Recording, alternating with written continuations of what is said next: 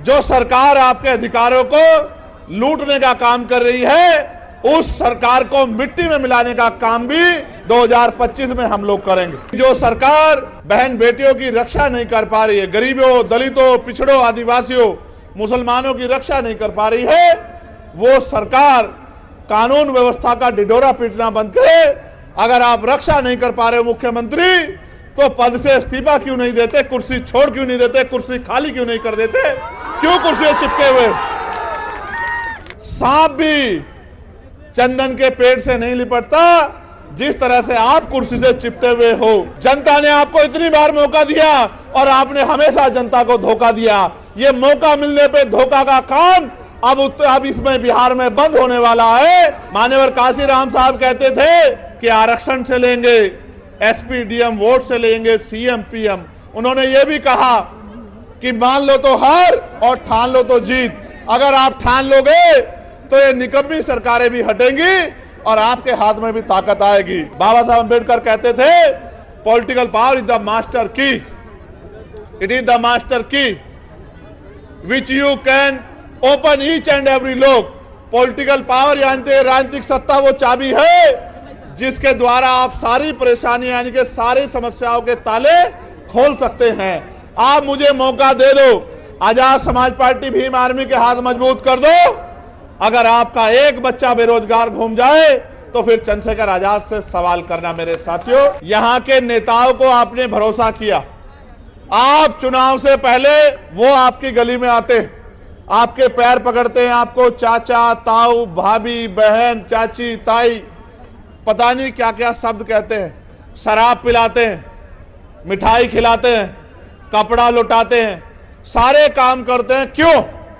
क्योंकि बाबा साहब अम्बेडकर ने अपने 4-4 बच्चों के कुर्बानी देके आपकी उंगली में वो शक्ति दी है, जिसको चाहे कुर्सी पे बिठा दो और जिसको चाहे कुर्सी से गिरा दो। अगर ये वोट की शक्ति आपके पास नहीं होती सम्मानित साथियों, तो आपकी बस्तियों में पैर रखने के लिए कोई नहीं जाता। ये बाबा साहब अम्बेडकर के संघर्षों का परिणाम है कि चुनाव के बीच में, चुनाव के समय ये लोग आपके बीच आते हैं, लेकिन चुनाव के बाद क्या? 5 साल तक आप लोग इंतजार करते हैं कि नेता दोबारा दिखाई दे जाए, लेकिन नेताजी दोबारा नहीं आते। आप उनके दरवाजों पर जाते हो तो वो गेट बंद कर लेते हैं और ये कहते हैं कि नेताजी यहां नहीं है।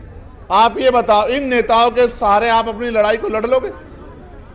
मैं आपको 3-4 समस्या यहां की रखता हूं, जो साथी यहां उपस्थित भी हैं। एक समस्या जो बड़ी समस्या है वो हमारे होमगार्ड के भाइयों की है।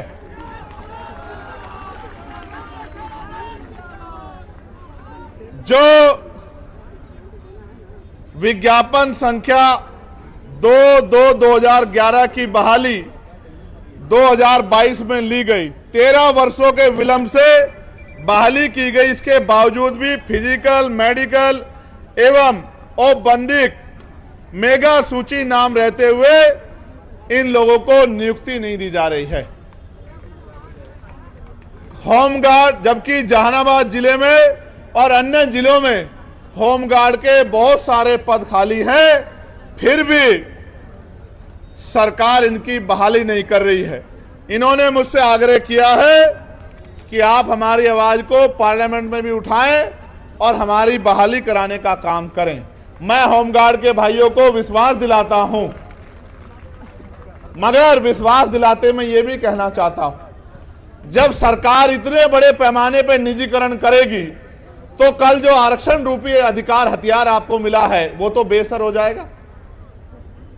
जब सरकारी नौकरी नहीं होगी तो सामाजिक गैर बराबरी आज भी इतनी है, तो दलित पिछड़ों के बच्चे यहां जाति व्यवस्था के आधार पर चमार, वाल्मीकि, पासी, धोबी, कोरी, खटीक, कुशवा, मौर्य, साके, यादव, जाट, गुर्जर, निषाद, जिसको सैनी आपके यहां कहते हैं, कश्यप, पाल, प्रजापति, इनके बच्चों को कौन कुर्सी पर बैठने देगा? आप मुझे बताइए। क्या आज देश में समानता आ गई है? तो इनके बच्चों को कौन कुर्सी पर बैठने देगा? इसलिए निजीकरण करके जिस तरह से इनके बच्चों का रास्ता रोकने का काम किया जा रहा है, मैं आपको विश्वास दिलाने का काम करता हूं कि आने वाले समय में हम लोग निजी क्षेत्रों में आरक्षण की मांग दलित पिछड़े आदिवासी समाज के लिए करेंगे और इनको निजी क्षेत्रों में आरक्षण दिलाने का काम करेंगे, ये मैं आपसे वादा करता हूं। साथ साथ हमारी आपके यहां ममता कार्यकर्ता कहते हैं, हमारे यहां आशा कार्यकर्ता कहते हैं। हमारी जो ममता कार्यकर्ता बहनें हैं उनको प्रति गर्भवती मात्र 300 रुपए राशि मिलता है और जबकि उनका काम बड़ा कठिन है। इसलिए मैं सरकार से मांग करता हूं कि मिनिमम 30,000 रुपए वेतन उनका करना चाहिए, जिससे वो सम्मान का जीवन प्राप्त कर सके और उनको परमानेंट भी करना चाहिए। मैं तो होमगार्ड के भाइयों के लिए भी 30,000 रुपए के वेतन की जो है सरकार से मांग करता हूं कि 30,000 रुपए का मिनिमम वेतन होमगार्ड के भाइयों को मिलना चाहिए। अभी कितना मिलता है? 24,000। अभी तुमको तो मिल ही नहीं रहा है, लेकिन जो लगे उनको तो 30,000 मिलना चाहिए। जब आप लगे आपको भी 30,000 रुपए मिलना चाहिए, ये मांग मैं सरकार को करता हूं।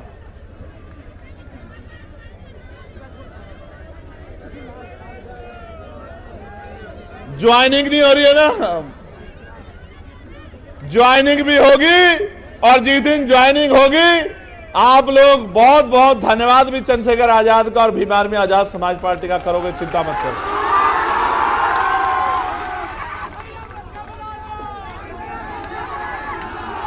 एक समस्या जो SC ST के कर्मचारियों ने मेरे सामने रखी है। बिहार सरकार द्वारा अस्थायी स्थानापन्न कार्यकारी व्यवस्था नियमावली 2023 के तहत रोस्टर स्थगित रखते हुए अनुसूचित जाति जनजाति कोटि के अनुमान्य 17% पदों को फ्रीज रखकर शेष 83% पदों पर मूल कोटि की वरीयता के आधार पर प्रोन्नति के पद सोपन में विहित वेतनमान के साथ उच्चतर पद पर कार्यकारी प्रभार माननीय सर्वोच्च न्यायालय में लंबित सिविल अपील संख्या 4800/2017 में पारित होने वाले अंतिम आदेश के फलाफल से प्रभावित होने की शर्त पर दिया जा रहा है, जबकि अन्य वर्गों के लोगों को आरक्षण का लाभ मिल रहा है। इसकी वजह से जब प्रमोशन नहीं हो रहा है तो बैकलॉग भी नहीं आ रहा है, ना नई नियुक्ति आ रही है और ना ही हमारे मूल पदों से प्रमोशन हो पा रहा है। इसके कारण कर्मचारियों को परेशानियों का सामना करना पड़ रहा है। मैं इस मंच के माध्यम से शेड्यूल कास्ट शेड्यूल ट्राइब के कर्मचारियों से कहना चाहता हूं कि अब मैं दिल्ली जाके पार्लियामेंट में और वेलफेयर कमेटी में आपका मामला जो है रखने का काम करूंगा और साथ साथ मैं आपको भी ये कहना चाहता हूं, आप भी कमर कस लो। जो सरकार आपके अधिकारों को लूटने का काम कर रही है, उस सरकार को मिट्टी में मिलाने का काम भी 2025 में हम लोग करेंगे। एक यहां बड़ी समस्या जो जमीन की है, भूमि सर्वे के नाम पे सरकार जो है, सरकार ने वादा तो किया था कि हम 3 डिसमिल जमीन देंगे, लेकिन सर्वे के नाम पे, जैसा मैंने आपको पहले कहा कि 14 अगस्त को हम लोग अंग्रेजों के अधीन थे, 15 अगस्त को आजाद हुए, लेकिन 14 अगस्त को अगर किसी पे 1 गज जमीन नहीं थी तो 16 अगस्त 1947 को भी 1 गज जमीन नहीं आ पाई थी। सरकारी जमीनों पे ही गरीब लोग रहते थे। 70 साल से जिस जमीनों पे लोग रह रहे हैं, सर्वे के नाम पे वो जमीनें छीन के पैसे वालों को, जमींदारों को, ताकतवर लोगों को, सामंतियों को देने का काम यही निकम्मी नीतीश कुमार जी की सरकार करने का काम कर रही है, डबल इंजन की सरकार करने का काम कर रही है।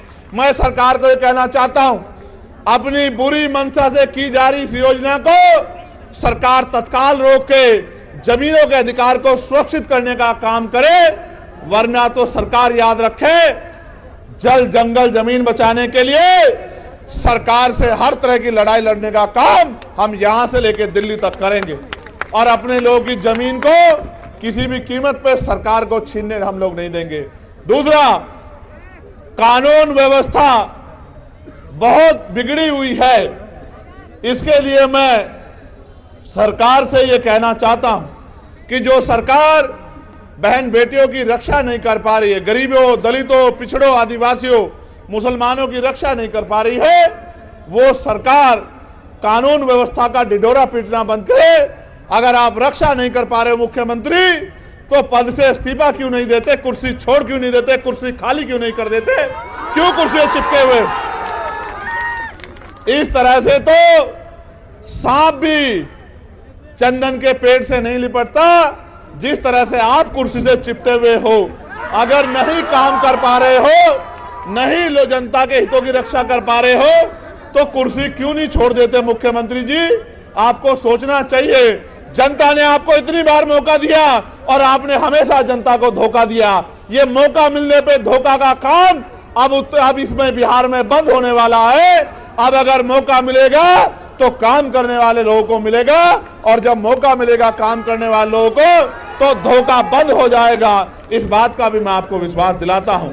आप यहां आए, आपने इतनी बड़ी संख्या में यहां आके सरकार को चेताने का काम किया। मैं दोनों हाथ जोड़ के आपका धन्यवाद करता हूं। मैं ये मानता हूं कि आपने पिछले 7-8 साल में बहुत मेहनत की है। आपने अपनी मेहनत के बदौलत इस नीले झंडे को गांव-गांव तक पहुंचाने का काम किया है। अभी भाई ददन जी भी कह रहे थे, जौहर साहब भी कह रहे थे, अमर ज्योति जी और भाई कमल वालिया जी भी कह रहे थे कि अब आपकी परीक्षा का समय आ गया है। आने वाले 8-10 महीने संघर्ष के महीने हैं। जिस तरह आज आप बड़ी संख्या में जुटे हैं, यहां से जब आप घर लौटेंगे तो चैन से नहीं बैठना, क्योंकि अधिकार मांगने से नहीं मिलते, अधिकार छीनने पड़ते हैं, और छीनने के लिए शक्ति बनानी पड़ती है। मान्यवर काशीराम साहब कहते थे, जिसकी जितनी संख्या भारी उसकी उतनी हिस्सेदारी। और उन्होंने ये भी कहा कि आरक्षण से लेंगे, एसपी डीएम वोट से लेंगे, सीएम पीएम। उन्होंने ये भी कहा कि मान लो तो हार और ठान लो तो जीत।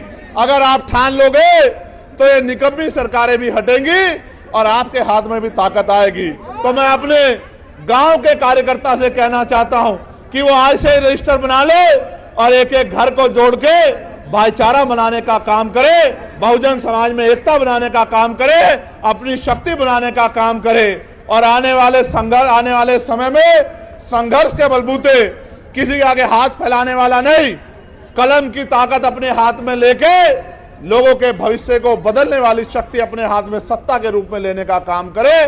क्योंकि जब तक पॉलिटिकल पावर आपके पास नहीं होगी, बाबा साहब अम्बेडकर कहते थे, political power is the master की, इट इज द मास्टर की which you can open each and every lock. Political power यानी राजनीतिक सत्ता वो चाबी है जिसके द्वारा आप सारी परेशानी यानी कि सारी समस्याओं के ताले खोल सकते हैं। आप मुझे मौका दे दो, आजाद समाज पार्टी भीम आर्मी के हाथ मजबूत कर दो। अगर आपका एक बच्चा बेरोजगार घूम जाए तो फिर चंद्रशेखर आजाद से सवाल करना। मेरे साथियों, यह विश्वास मैं आपको दिलाना चाहता हूं। जिसको सरकारी नौकरी नहीं मिलेगी उसको प्राइवेट सेक्टर में काम देंगे, उद्योग धंधे लगा के आपके जिलों में रोजगार देंगे, और जिनको प्राइवेट सरकारी नहीं करना उनको लोन देके उद्योग लगाने का, अपना काम करने का मौका देंगे। महिलाओं को कुटीर उद्योग लगा के घर तक रोजगार दिलाने का काम करेंगे, और इस गुंडागर्दी को जड़ से खत्म करने का काम करेंगे, इज्जत सम्मान की जिंदगी दिलाने का काम करेंगे।